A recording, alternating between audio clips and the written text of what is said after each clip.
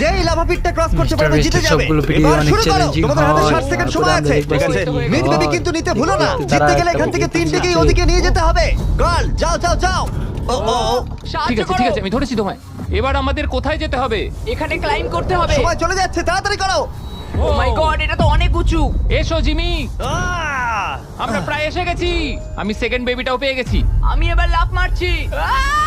হয়ে গেছে। কার্ল ধরো। এবার তুমি গ্রিলে চলে যাও, ছোট্ট মিট বেবি। আমি পারবো আমি পারবো।